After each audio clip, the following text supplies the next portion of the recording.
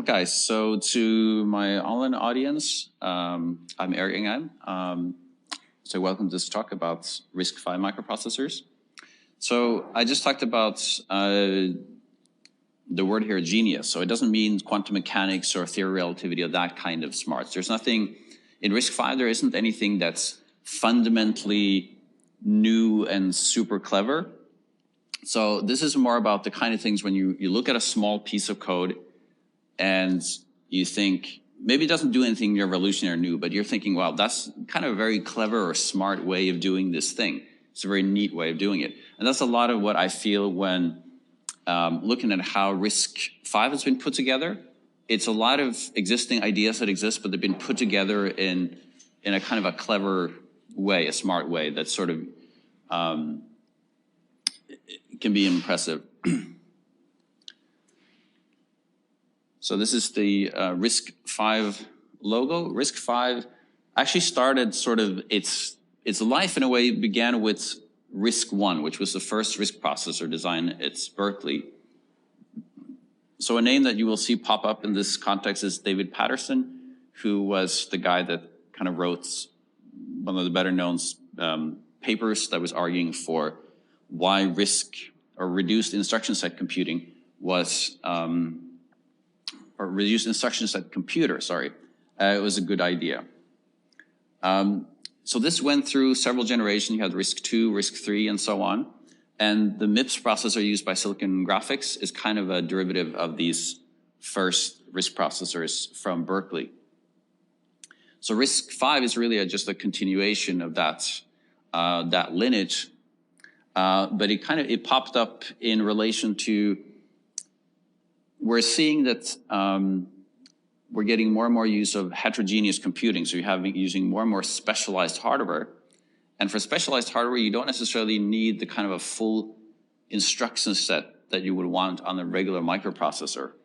So they wanted something that was more adapted to this kind of changing world. And they were really just mainly doing it within academia. But then they started seeing that people from industry showed interest for this architecture, and so the RISC-V Foundation got started, which included members from industry, and you got more of that kind of industry focus.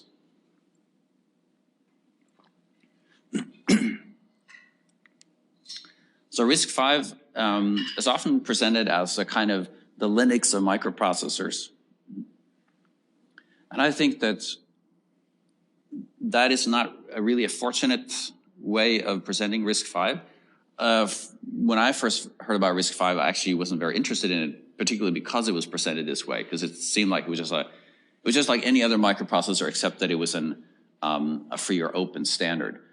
So I prefer to not think about RISC-V in this way. I think what really makes RISC-V different is that it's a modular design. So unlike Intel and x86, ARM, these are based on incremental instructions. You're adding instructions, but you're getting one monolithic architecture to deal with. RISC-V is instead based on composable extensions. So I have a little bit of a sort of silly analogy here with incremental instruction sets, as you find with Intel and ARM. So they're a bit like a buffet. So you start, 1978, you start with about 80 instructions for x86. And then as you go, you might want to have more things on your buffet. You want to have fries, you want to have Coke, and so on. The problem with this approach is the cost of the buffet goes up, right? Because you pay the same regardless of what you're actually, even if you just want the apple pie, you have to pay for the whole buffet. So you keep adding, but you're never removing. And that has a cost, not in dollars, but in number of instructions, in silicon and so on. So if you look at Intel x86, the 32-bit version, that's about 1,300 instructions. If you look at the 64-bit version, that's about 1,500 instructions. Depends a little bit on how you count. So that's about 3 instructions per month. And isn't actually that much better with ARM. 32-bit ARM is only 500 instructions. I also seen someone counted as 7. It's kind of hard sometimes to kind of agree on what exactly should count as an instruction. If you go to 64-bit ARM, that's about 1,000 instructions. RISC-V, in contrast, because it's modular, the basic instruction set that you have to implement, which is called RV32I. So RV32, that means 32-bit RISC-V, and I stands for the integer extension, which is kind of the base instruction set. So that's about 4 instructions. You can read the whole specification for RISC-V in about six hours. You compare with how long it would take to read the other specifications. So a modular instruction set, if we can sort of do the food analogy here, it's more like a menu. If you only want the Coke and the apple pie, you only pay for that. You only pay $3.50, or in sort of real terms, this is of course in terms of transistor usage. So how complex is this? I have this example here of a sheet of all the RISC-V instructions. Let me see if I can find the sheet here.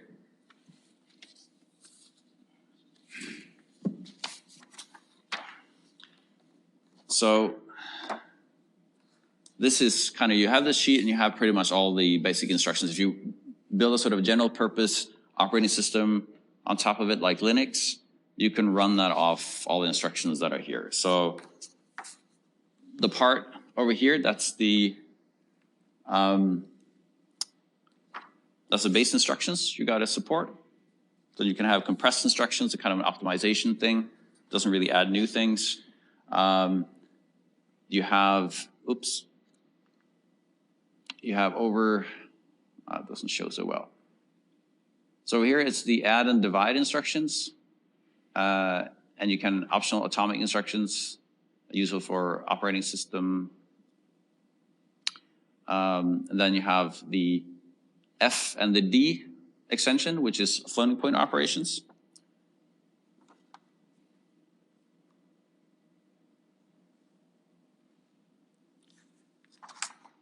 So the complexity cost, and what's interesting is that the cost of making a chip is not linear with the amounts of transistors you have on it. It's actually the square of the area that you have. So the cost grows quite quickly. So we can take an example and compare some simple RISC-V and ARM cores. So if you take the Rockets, compare it to a Cortex A5, these are similar in terms of like cache and in terms of performance, clock frequency, all these kind of things.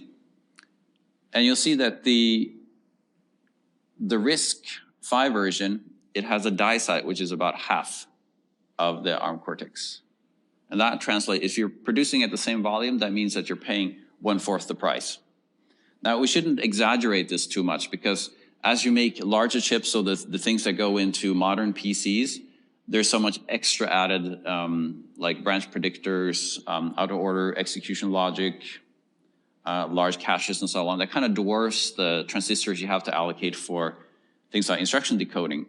So for larger chips, this doesn't matter as much. But when you're in the lower end, so when you're working with microcontrollers, you're going to be able to get RISC-V chips that are significantly smaller than ARM chips, which means that it's a very competitive design in the low end of the market.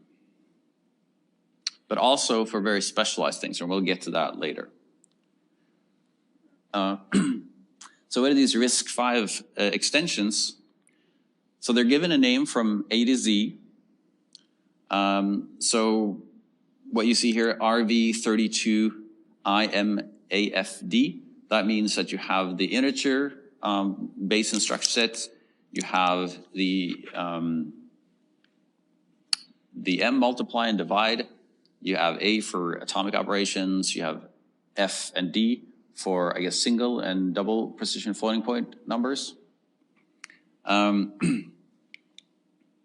Because these are so common, these are kind of the extensions you would want on a kind of regular general purpose CPU. So the main processor in your computer. we use an abbreviation G for all those extensions.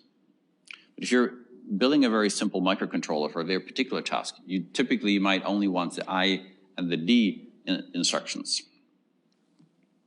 So the way you can work with this in practice is that we have what's called control status registers. It's about 4,096 registers on the CPU.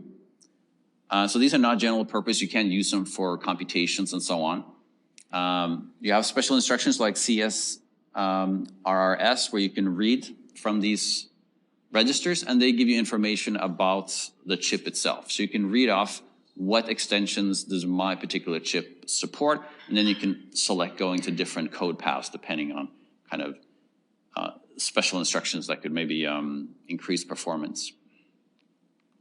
Now, even if you don't choose specific code paths, you could still run code written with instructions that you don't support, because you have unsupported instructions get trapped. So it's sort of like you get an exception for those instructions, and you can go to a kind of an instruction service routine in the operating system where you can have encoded the instructions or an emulation of those instructions you don't support. So that means that in practice, it is possible to run software on a variety of RISC-V processors that don't have the same extensions supported. And it's important to note that extensions, once they've been ratified, they're frozen, so you're never going to add or remove instructions from an extension. If you screwed up when you designed the extension, you'll just have to make a new extension. So that's a benefit for backwards compatibility. If you've written code specifically for an extension, you know that's always going to work. So we can contrast this with x86 and ARM. Say that they decided, well, this sounds really cool. We want to also be able to compete in making these small microcontroller chips. Could they then split up their instruction set in with these smaller extensions? And that would be difficult because of backwards compatibility, because you don't have legacy software that's doing all these checks whether an extension is supported. Operating systems haven't registered service routines for instructions that are not supported. So we lacked the ecosystem, the tools, and kind of the conventions that are sort of developed around RISC-V to do the same thing. You could, of course, start doing it with the instructions you have now. So from now on, you add extensions, but when you have 1,500 instructions already, there isn't much value in having modular extensions after that. You're already too big for it to really matter. So I talk about instruction set architecture, ISA. Just want to clarify that. So if you, to a popular car analogy, your interface with the car is your steering wheel, your gear shifts, and so on.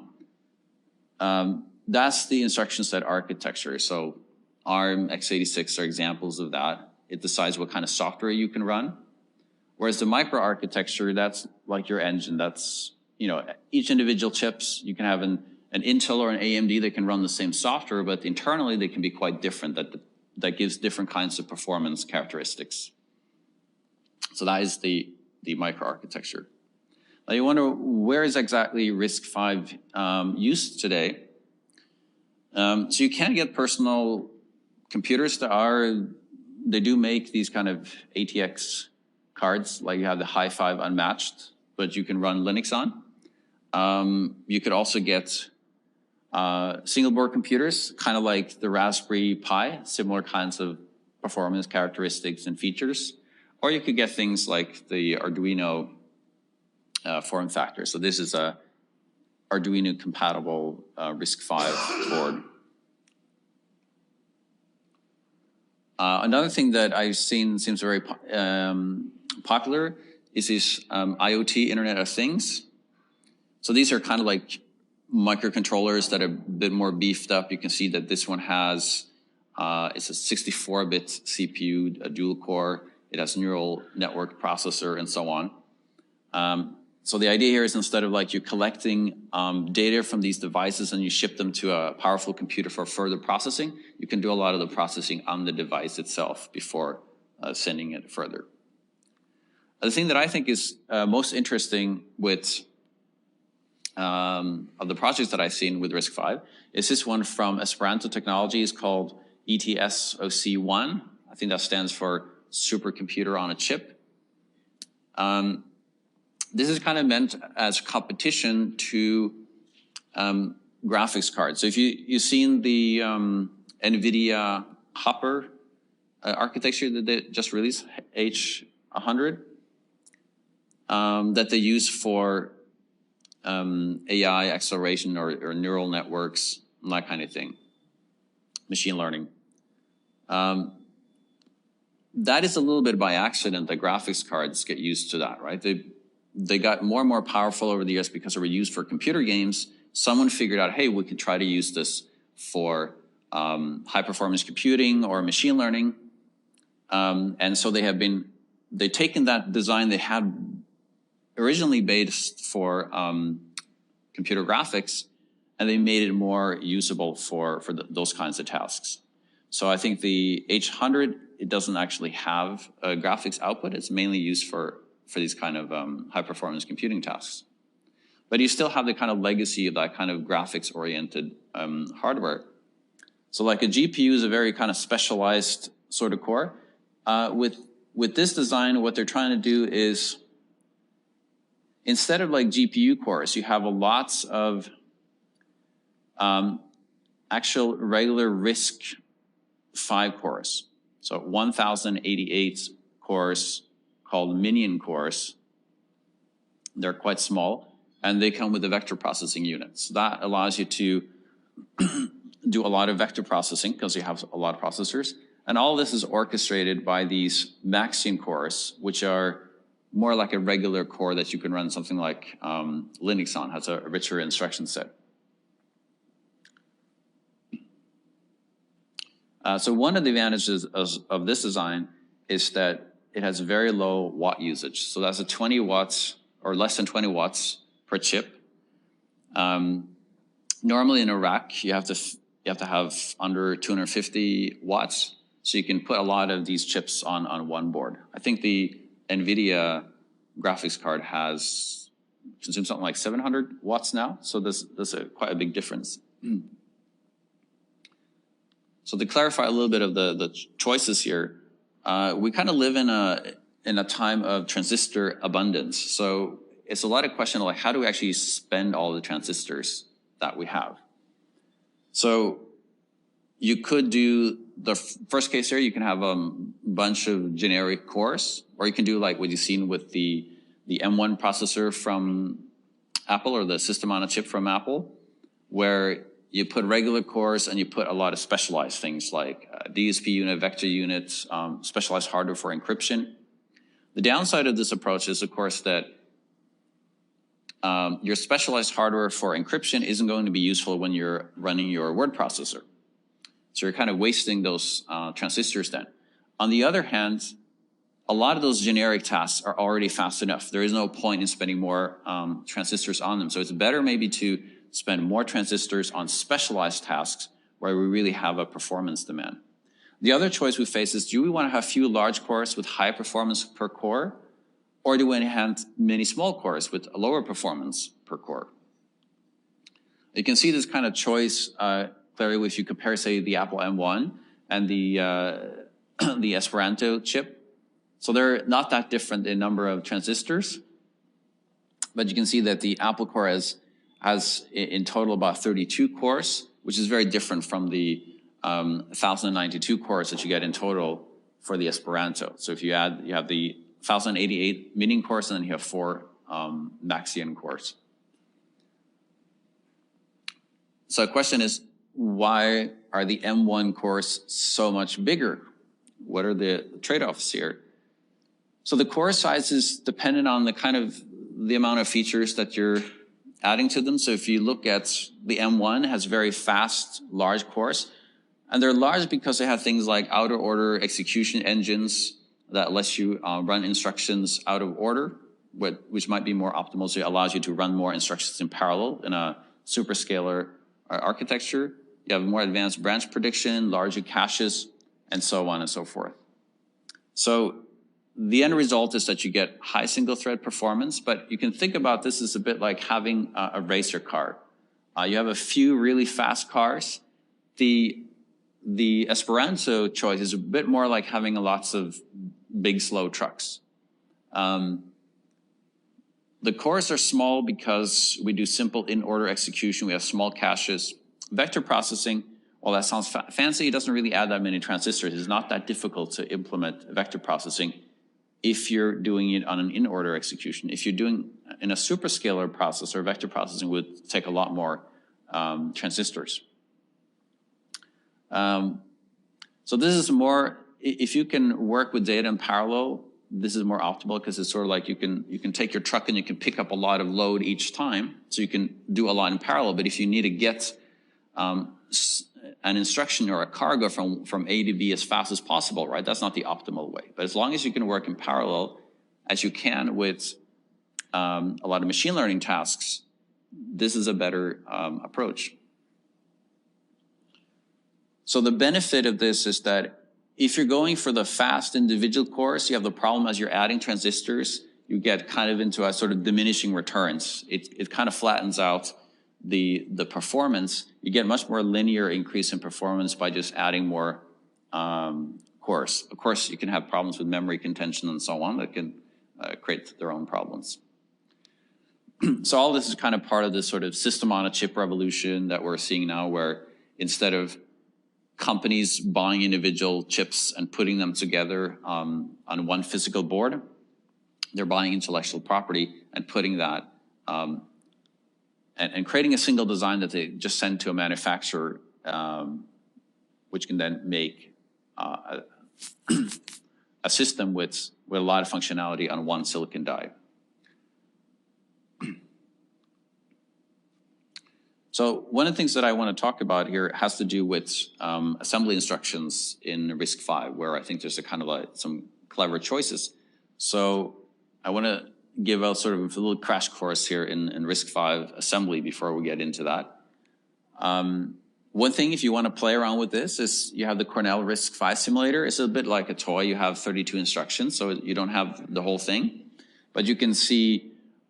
You have to see the registers, the content, you see memory down here and how it's executing. You have more serious simulators like Spike, where you can compile a real program and run it. But this is kind of useful for experimentation. The program I'm going to go through is this counter program. You count downwards from a value, and you write the value that you're counting down into a memory location. So just a bit of an overview before I go through this. So all instructions, they have these abbreviations. So you see for them, add I. The I at the end of a lot of assembly instructions stands for immediate. So that typically means that one of the arguments, like the one here, is embedded with instruction rather than being read from, say, somewhere in memory.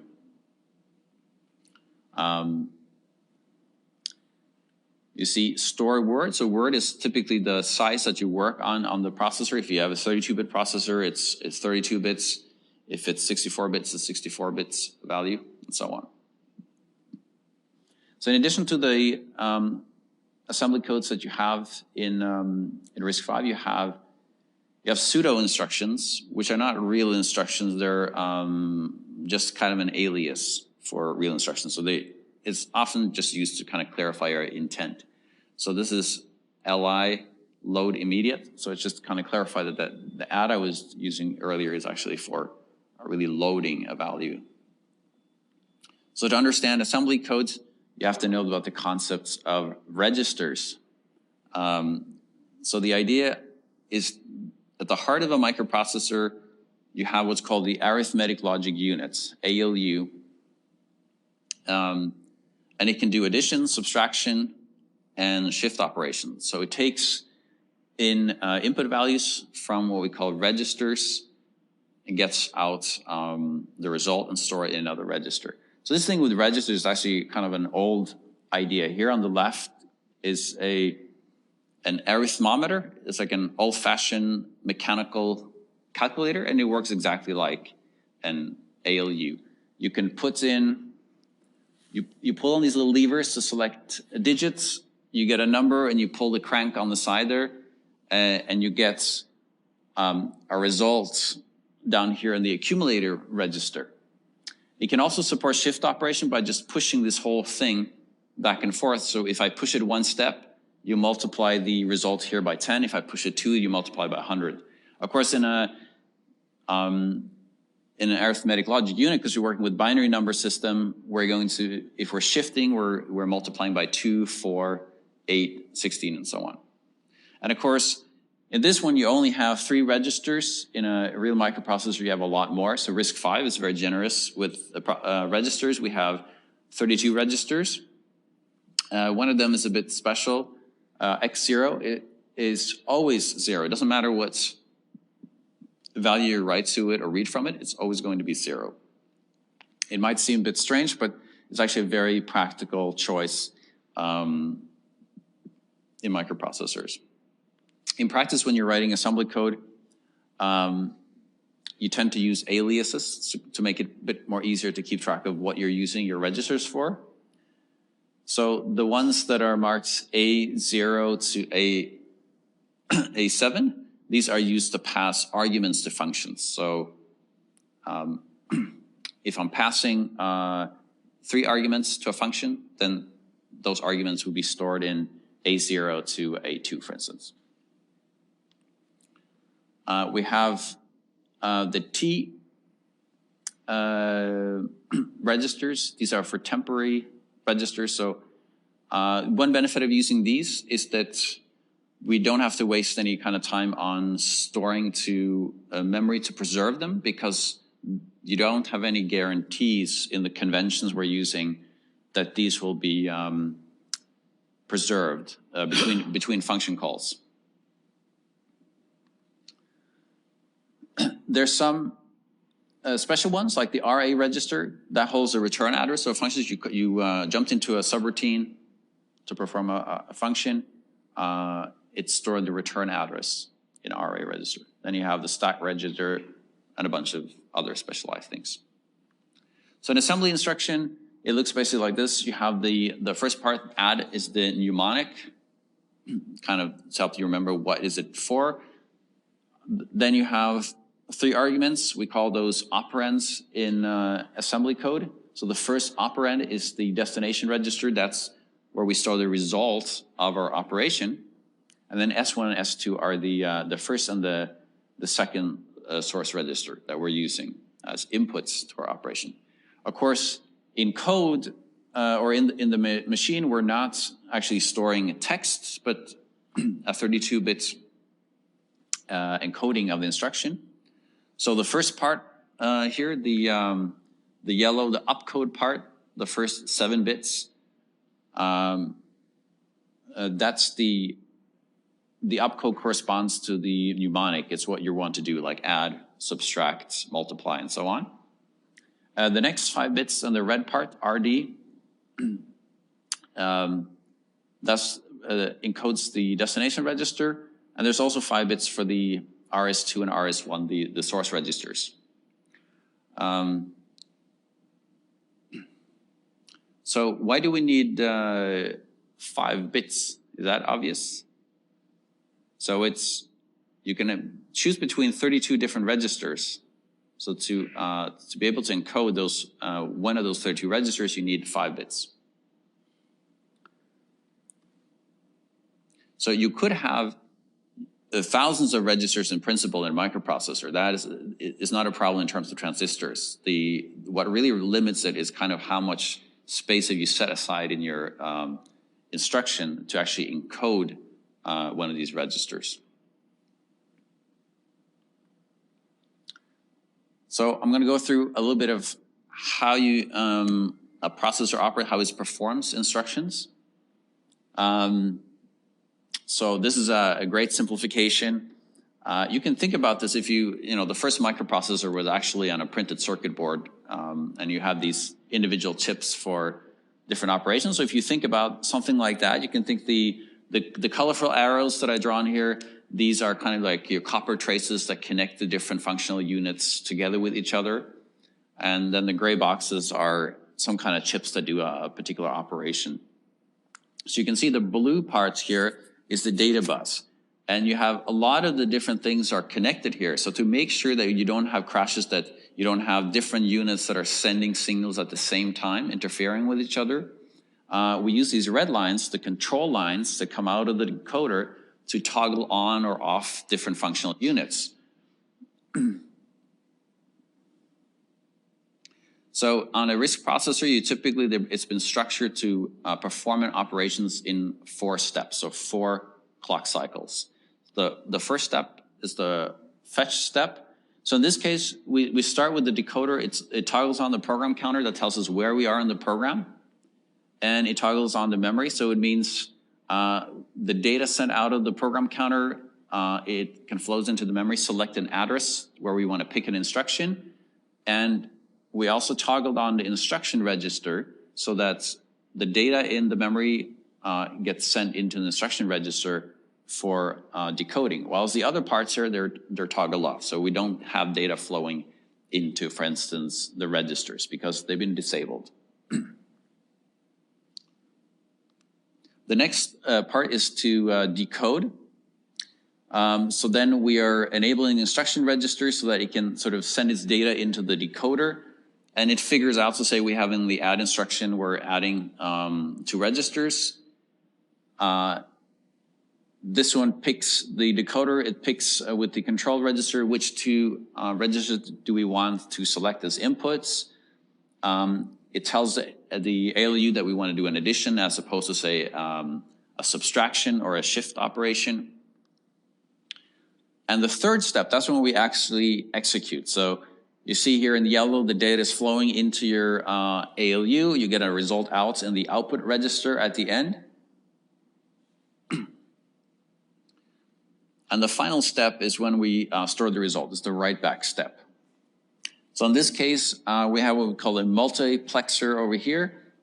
And we select which one of the outputs. We could potentially use this to specify an address in memory, but we want to send this as a result into the input, into one of the registers. So that gives you a little bit of sense of what's happening in the processor. There's a very small steps that do a very little thing each time.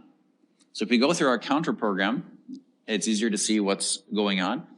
Add I, it takes x0 plus 1. So x0 is always 0. So that has the effect of putting a 1 into the x2 register. And then on every iteration here, we're looping over here multiple times. We take x1, which is our downward counter. Say we set that to 14 at the start and we want to count downwards to 0. We subtract 1 each time because we have a 1 in the x2 register. After we've done that, we take the result and we store it at memory location x0 plus 4. So that is the 4th memory location because x0 is always 0. So that's why, you often need a 0 in these kind of calculations. So it's very handy to have a register that's guaranteed to be 0. And next, we're keep looping as long as the counter is above 0.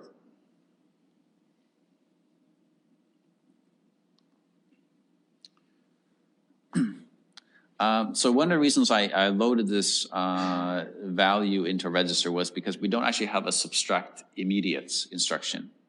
And the reason for that is that RISC-V tries to keep the instruction set pretty small, and you don't really need a subtract immediate because you can use add immediates with a negative. You add a negative value and you get the same results.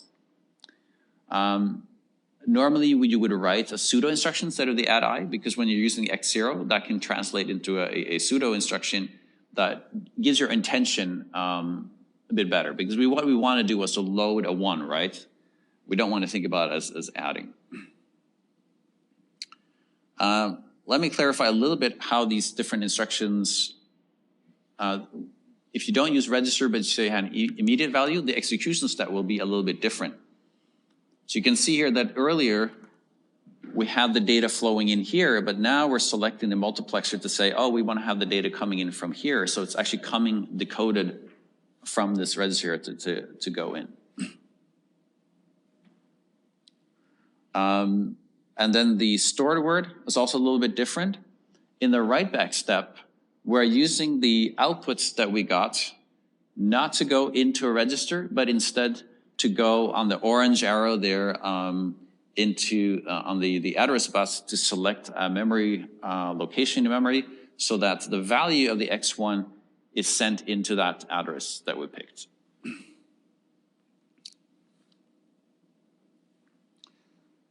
So for more sophisticated processors, we have something called microoperations that was not shown in this example that we went through here. That adds a kind of an extra step. Instead of the decoder toggling all these control lines, what happens is the decoder turns an instruction into one or more microoperations. So microoperations, they do one thing, they happen in one clock cycle, one instruction, multiple microoperations. And interesting thing, even though they're called microoperations, they're actually quite big. They're about 100 bits or something. And that's because they are microarchitecture specific. They contain basically all the control lines that you toggle on. They would typically be in some ways represented in the microoperation. Of course, this depends on the microarchitecture. So an Intel chip and an AMD chip, while they execute the same instructions, they may produce completely different micro instructions, microoperations, sorry. So I like to kind of classify it as, I would say, the instructions represent the interface to your microprocessor, whereas the microoperations are really part of the implementation. A reason I stress this is because people have talked about that an x86 processor, it takes CISC instructions in and then it turns it into RISC instructions, but a microoperation is not a RISC instruction. It's has to do with implementation. So kind of a simplified diagram of how this works. You can see that the microoperations get to a control unit, which can then sort of toggle on the various control lines in the processor. So why do we need this? So one of the reasons is we use what we call superscalar microprocessors. So the original design I showed you, you only had one decoder. Here you have multiple decoders, so you can decode many instructions at the same time in parallel. And then you have this microoperations buffer. This idea came out of the fact that when observed that in a modern microprocessor, you have many functional units. So you have the, we already seen the ALU, right? But as to get multiplication faster, instead of doing that in software, we can have a special multiplier in hardware, and we can have lots of different things. We can have floating point units. We have a special unit for doing just computing addresses and picking addresses in memory, the load store unit. And if you're just running one instruction at the same time, all of these units are just sitting there idle, while there might be instructions that aren't dependent on each other that can run in parallel. So that's where the sort of superscalar idea comes from. And with microoperations, we can channel different microoperations to different functional units, so we can run things in parallel. So this takes us to ways of kind of working with these microoperations used in instructions, which is instruction compression and macro operation fusion. These are kind of tricks that evolved to make all this more efficient.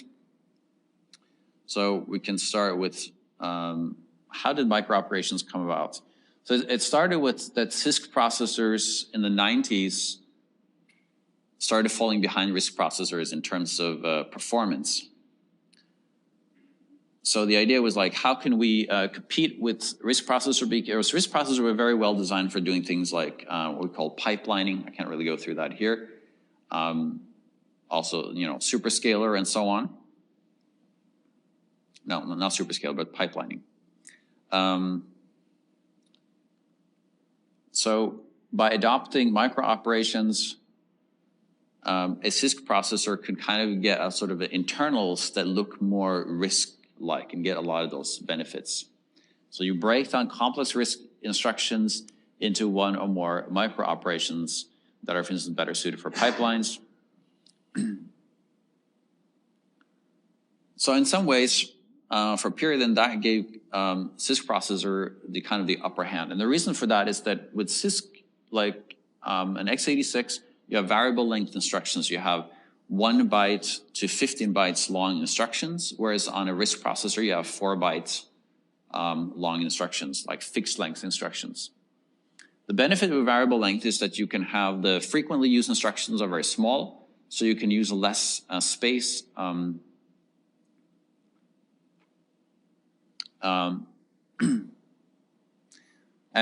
by creating these micro operations, you kind of remove the overhead of these complex instructions. So with this approach, you had more benefits for cache. You can have smaller caches, or you can fit more things into your cache because CISC instructions are kind of more compressed. So what would a RISC processor do as a counter move? They came out with compressed instructions. So a thumb instruction set is kind of one example in ARM that is a compressed instruction set.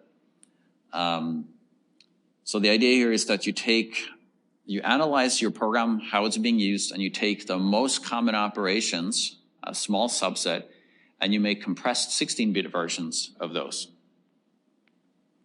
And by compressed, we don't mean something like zip or something that would be, it's very simple to decompress these. It's about 400 logical gates like AND or NAND and so on that you would need to decompress this. And it's just part of the decoder itself. And when you do that, for the rest of the processor, it just looks like regular 32-bit instructions that already exist. So it's kind of, it doesn't add any more instructions, it doesn't add any more complexity in the rest of the architecture. The flip side of this, which looks a bit counterintuitive, is something called macro operation fusion. So it almost looks like we're taking simple RISC-like instructions in, and then we're spitting out complex CISC-like instructions or macro operations. It's not quite like that. It's about finding a kind of a balance of having instructions that are not too simple and not too complex.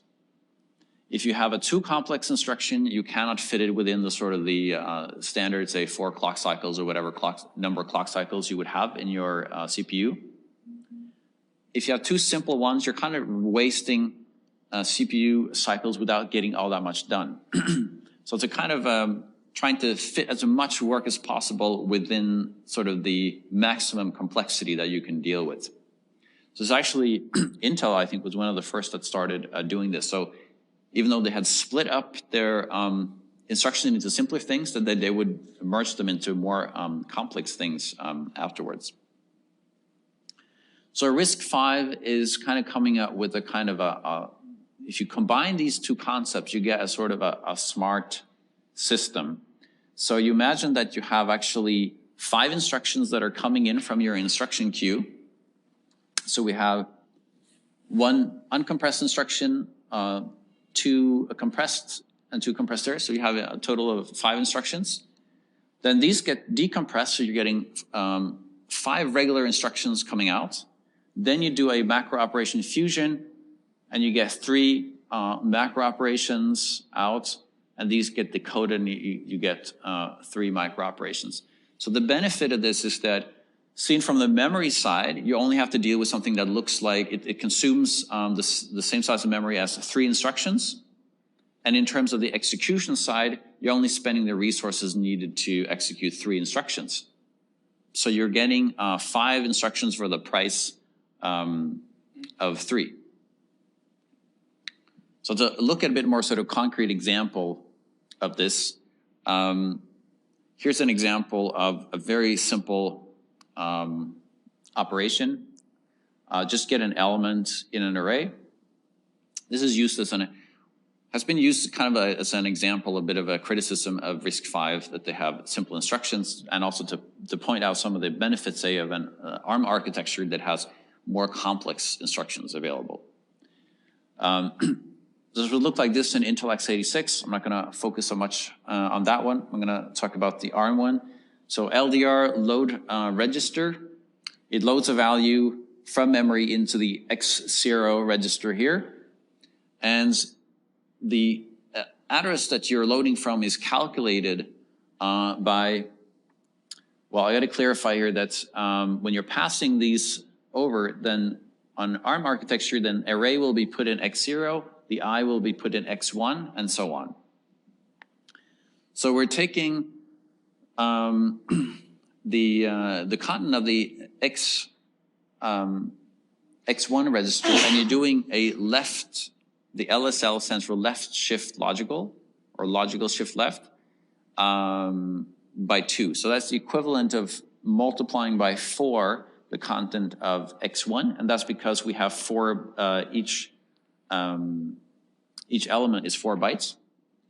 And then we're adding that to the base address, the array, which is in x0. So that is kind of a sort of pseudocode explanation of what that operation does. On RISC-V, these are split into much simpler steps. So you have the shift logical left immediate, the first instruction there, which multiplies by 4 the I value. So the A1, that's the second argument when you're calling a function. And then you're adding that to the base address. So array is in A0, that's the register for the first argument to a function call. And then finally, we are taking that final address and we're supplying that to the load word. So we're ending up with 4 instructions. So that doesn't really look so great for RISC-V. Also like to point out that this is a pseudo instruction, the return from subroutine. It's actually this jump and link register. So it's explained over there what it does. It takes the return address register, if you remember the X1 register, and puts it in the program counter. So it has the effect of going back to the point in the program stored in RA. One interesting observation here is that you see that we only have 2 unique registers here in both of these cases. So that gives an opportunity to have compressed instructions, because remember we have 5 bits per 5 bits to represent a register. So if we have 3 registers, that would take 15 bits. There's no way you're going to fit 15 bits into a 16-bit instruction. So we can use the compressed instructions that only use 2 operands. So they're just designated by putting a C in front. You have the compressed instructions. As an assembly writer, you don't actually have to write this yourself. The assembler would be able to figure out which one it can compress and which one you don't have to. But this is just to make it explicit. So in this case, all those 4 instructions are going to take the exact same space in memory as these 2 ARM instructions. So that takes care of kind of the problem of RISC-V taking more memory. You still have the problem that you have 4 instructions you have to execute. To solve that, we would use macro operation fusion. So one of the rules to make fusion work is that the destination register for an operation has to be the same. So these 2 operations, the add and the load word, they can be fused because they have the same destination register. And the reason for that is if you're combining operations into one operation, if it's having outputs of multiple registers, that becomes a mess to keep track of. But if they collaborate each other's results, it's much easier to fuse those. So if we do that, there is no instruction called add load word that I made here. This is just kind of like a pseudo code example. Just to illustrate, we end up with a macro operation that does, it adds A0 to A1 to compute the address that we're going to read from in memory. Now we're still left with 3 instructions to execute, so it's not quite as good as on ARM or x86. So the question is, could we do better? We can if you rearrange the register we're using. So we're using the same register in every case. So we're using T0, the result register. In this case, we can fuse all of the 3 first instructions. So we kind of get this, I just call the shift logical left immediate add a load word. And of course, that's basically you're taking, it's a macro operation, taking all these operations. This is happening inside the CPU, of course. So you're not seeing an instruction like that in memory. And so that will do these operations. It's shifting by left the A1, so basically multiplying by 4 and adding to A0. That is exactly the same kind of thing that the ARM instruction LDR is doing.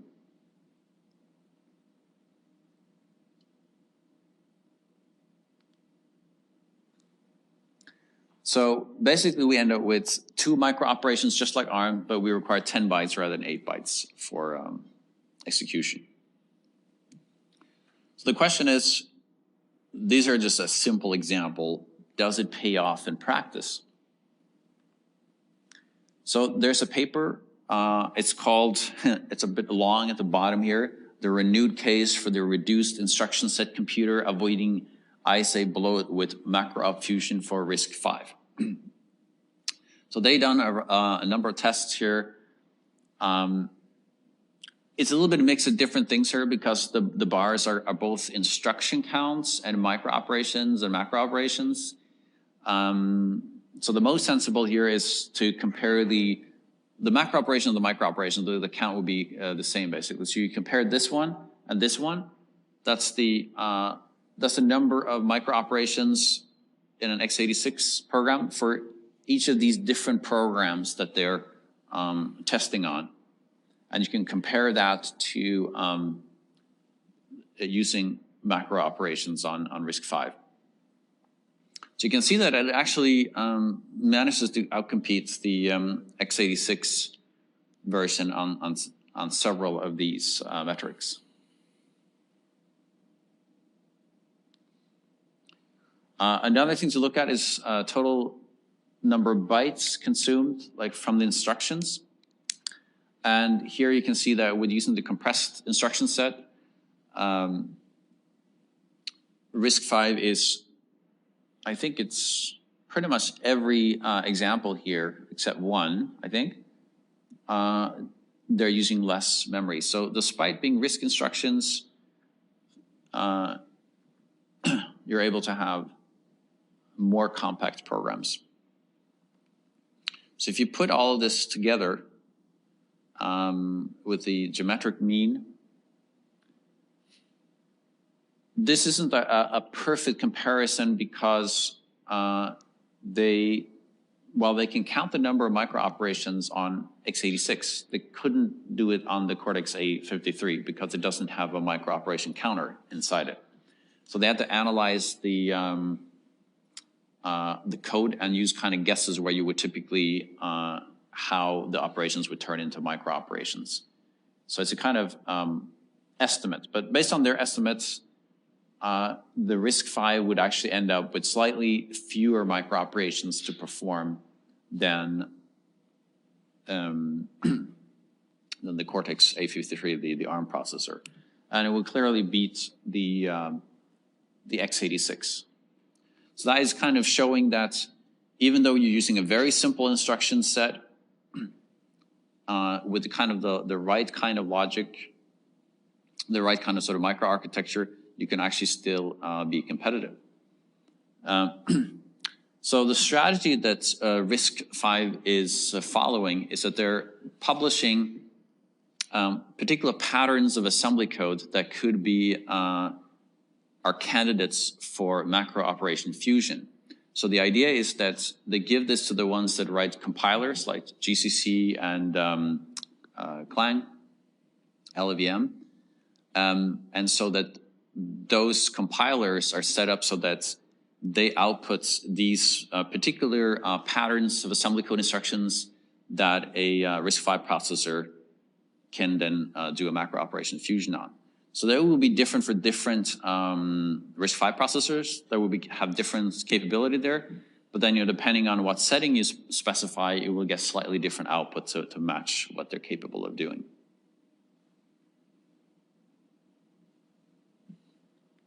Okay, so thank you.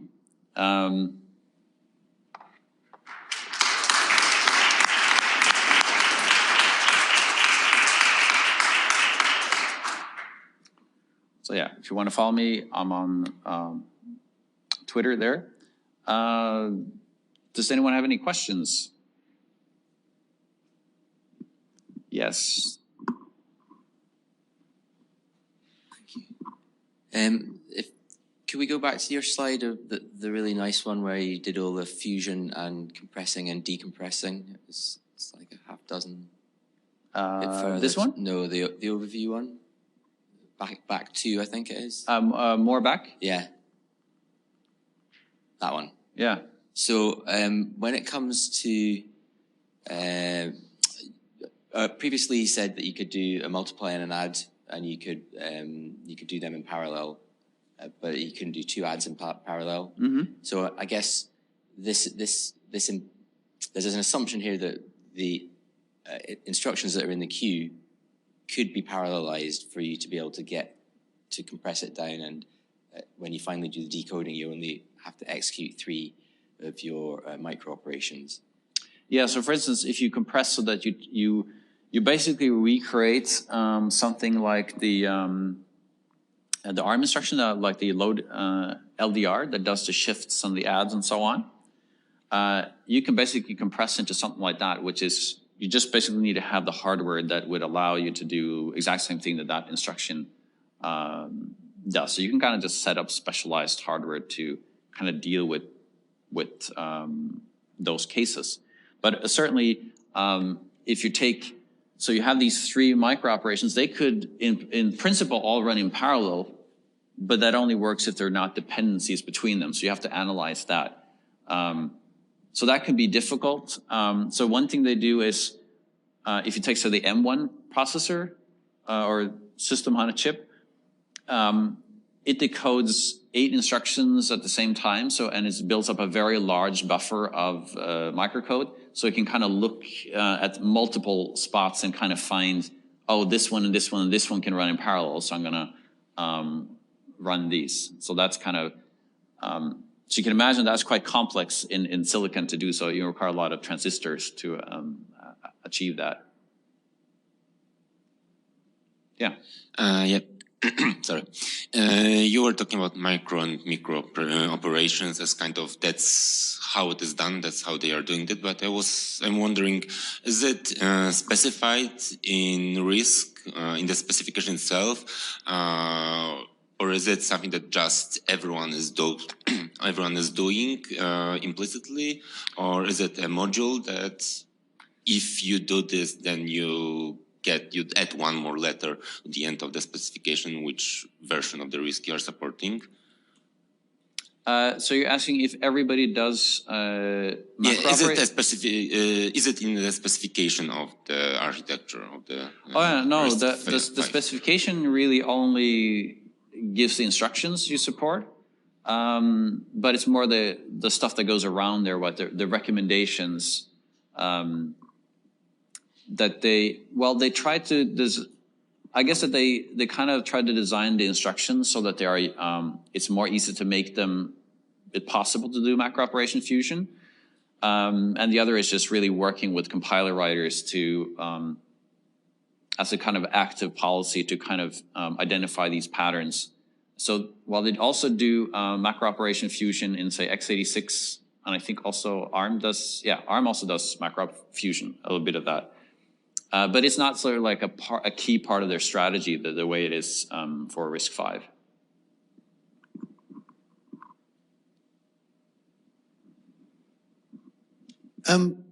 As there's so many different processors designed where you can add and to take away various different modules and instruction sets, as someone writing code, do I have to specify a different set of compiler flags for each processor that you use, or is there some other way? Does it always compile?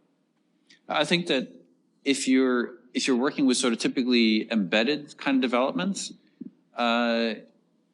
you would specify kind of the processor that you're working on, and it will have some number of extensions. And this isn't software that you generally put a lot of places, right? It's very specific kinds of software.